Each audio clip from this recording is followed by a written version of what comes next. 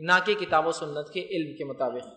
کسی نے سوال کیا کہ ہماری کچھ مسلم بہنیں جو کہ خوشبو لگا کر اور ایسی آواز والی چیزیں پیروں اور ہاتھوں میں پہن کر نکلتی ہیں جو بچتی ہے، اس سے میں مراد سمجھ رہا ہوں ہے، کیا یہ عورتیں بھی مائل کرنے والیوں میں شامل ہوں گی؟ حدیث کے مطابق جو ہے بات بتائیے۔ میں نے بہت ساری حدیثیں فحش، برائی پچھلی علامتوں میں بھی رکھی، اس علامت میں بھی رکھی۔ تو کسی بہن کا سوال تھا کہ ایسی مسلم عورتیں جو خوشبو لگاتی ہیں اور ایسی چیزیں ہاتھوں میں اور پیروں میں پہنتی جس سے لوگ متوجہ ہو سکتے، آواز ہوتی ہے، تو کیا یہ بھی مائل کرنے، مائلات وہ ان عورتوں میں آئیں گی جو مائل کرتی ہے اور مائل ہوتی ہے؟ تو یاد رکھیے نبی اکرم صلی اللہ علیہ وسلم نے خوشبو لگانے والی عورت کے تعلق سے اتنی سخت وعید کی ہے۔ افسوس در افسوس امت مسلمہ نے اپنے کلچر اور اپنے فیشن کے نام پر نبی کی سنت کو اور اس سخت وعید کو ترک کیا۔ آپ نے فرمایا حدیث کے الفاظ سنیے، آپ نے فرمایا وہ عورت زانیہ ہے، وہ عورت زانیہ ہے، وہ عورت زانیہ ہے۔ صحابہ نے پوچھا اللہ کے رسول کون سی زانیہ ہے؟ کہا جو خوشبو لگا کر گھر سے باہر نکلتی ہے۔ یہ صحیح روایت ہے۔ کتنے بار کہا؟ اور عربی زبان میں جب کسی جملے کو 3 بار کہا جاتا ہے نا تو وہ اس کی اہمیت اور اس کے مضبوطی کے لیے کہا جاتا ہے کہ بہت اہم بات ہے اور بہت پکی بات ہے۔ دوسرا، ہم جانتے شریعت میں زنا کا الزام لگانے والے پر کتنے کوڑے ہیں؟ 80 کوڑے ہیں۔ غیر الزام کوئی لگا کہ بھائی یہ زانی ہے، ٹھیک، یہاں رسول اللہ کہہ رہے وہ زانیہ ہے، وہ زانیہ ہے، وہ زانیہ ہے۔ نبی کے زبان سے نکلا ہوا کلام میں نہیں سمجھتا ہوں غیر واضح زنا زنا زنا زانیہ زانیہ زانیہ 3 بار کہا آپ نے۔ اگر رسول کہہ دے کہ وہ عورت زانیہ ہے تو مجھے کہنے میں کوئی حرج نہیں کہ ہاں وہ عورت زانیہ ہے جو خوشبو لگا کر نکلتی ہے، وہ زانیہ ہے اور وہ زانیہ ہے۔ عبداللہ ابن مسعود رضی اللہ عنہ فرماتے ہیں اگر ہمارے دور میں کوئی عورت خوشبو لگا کر گھر سے نکلتی تو ہم اسے ایسا غسل کراتے جیسے غسل جنابت، انسان اپنے بیوی سے ہم بستری کرنے کے بعد جو غسل لیتا ہے نا، غسل جنابت کروا دے تاکہ اس کے آنکھ سے وہ خوشبو نکل جائے۔ اور آج کلچر کے نام پہ خوشبو، فیشن کے نام پر خوشبو، ہم بہت ہائی سوسائٹی میں نام پہ خوشبو، ہمارے پاس بہت بدبو آتی تو ہم کو خوشبو لگا کر معاملہ چلتا نہیں ہے۔ کیوں؟ صحابیات کیا عورتیں نہیں تھیں؟ کیا وہ ہائی سوسائٹی کے لوگ نہیں تھے؟ کیا وہ ان سے اونچے کون لوگ ہوں گے؟ اب کیا ان کے بارے میں میں کہوں؟ ان سے اونچے کون لوگ ہوں گے دنیا میں؟ ان کی سوسائٹی، ان کا سماج، ان کا کلچر، ان کی بات چیت، ان کے آداب، ان کے اخلاق، ان کی شخصیت سے اونچا کوئی نہیں ہے دنیا میں، یاد رکھیے۔ انبیاء چھوڑ کر، یاد رکھیے، انبیاء کی بات کہہ رہا ہوں۔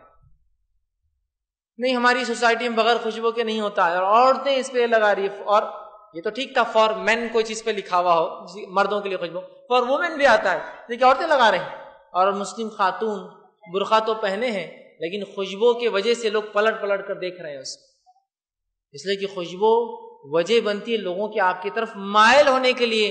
شریعت آپ کا تحفظ چاہتی ہے عورتوں کا، وہ کہتی اتنا مائل بھی نہیں ہونا چاہیے، ہے نا؟ ہوتا ہے نا، دیکھیے ایک آدمی خوشبو لگاتا ہے، مجلس میں داخل ہوتے ہی کیا ہوتا ہے؟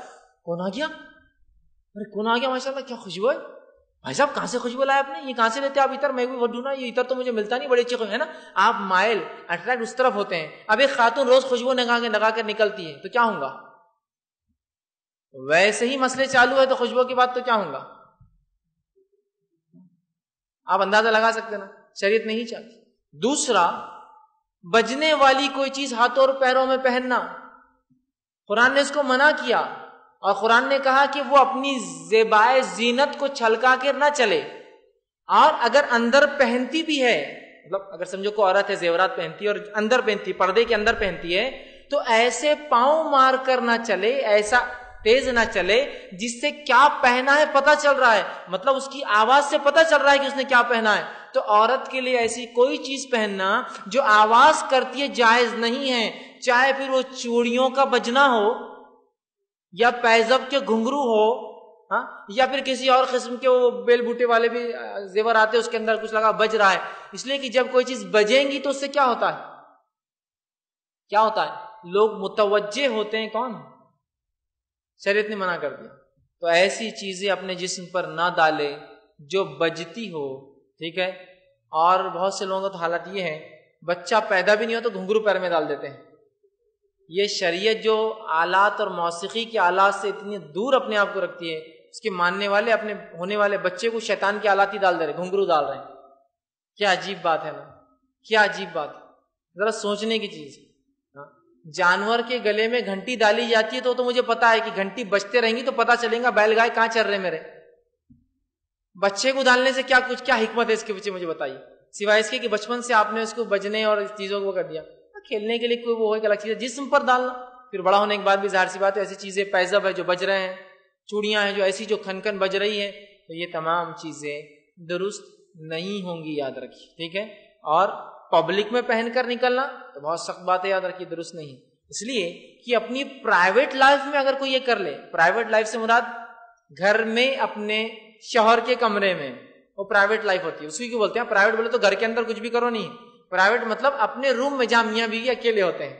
پرائیویٹ لائف میں اگر میاں چاہے کہ بیوی خوشبو لگائے تو لگا لو، چونکہ غسل جنابت لیں گی تو پھر خوشبو دھل جائیں گی، وہ ایک الگ زندگی ہے. لیکن پبلک لائف میں پہن کر نکلنا، گھومنا، یہ تمام چیزوں کی نہ خوشبو لگانے کی نہ بجنے والے آلات کی شرط اجازت دیتا ہے. اس لیے کہ اس سے لوگ متوجہ ہوتے ہیں اور بہت سارے شر اور فتنے اس عورت کے پیچھے لگ سکتے ہیں. شریعت نے اس کو حرام کر دیا عورت کے لیے پہننا. تو ایسی کوئی چیزوں سے عورتیں بالکل اجتناب کریں اور اپنے صرف کلچر اور فیشن سوسائٹی کے نام پر نبی کے اس جملوں پہ غور کیجیے. زانیہ کا الفاظ ادا کیا خوشبو لگانے والی عورت پر، اس سے بری کوئی بات ہو سکتی ہے کیا؟ اگر کوئی عام عورت کو بھی زناکار بول دے تو اتنا برا لگے گا اس کو کہ زانیہ کسی نے کہا. نبی کہہ رہے ہیں کہ وہ زانیہ، تین بار کہہ رہے ہیں، لیکن پھر بھی جو ہے وہ بولتے ہیں نا کان پہ جو بھی نہیں رینگتی. اس لیے بولتے ہیں کہ کان ایک حساس چیز ہوتی ہے، سینسیٹیو، اور اس پہ کچھ بھی چلا تو آدمی کو احساس ہوتا ہے. لیکن معاملہ یہ ہے کہ ہر چیز کو ہم نے شریعت کی بالائے طاق رکھ کر اپنی خواہشات کو سب سے اول، اپنی سوسائٹی کو سب سے بہتر سمجھ لیا اور بس اسی کے مطابق جو ہم عمل کر رہے ہیں. اللہ سبحانہ تعالیٰ ان تمام اعمال سے ہماری حفاظت فرمائے. السلام علیکم.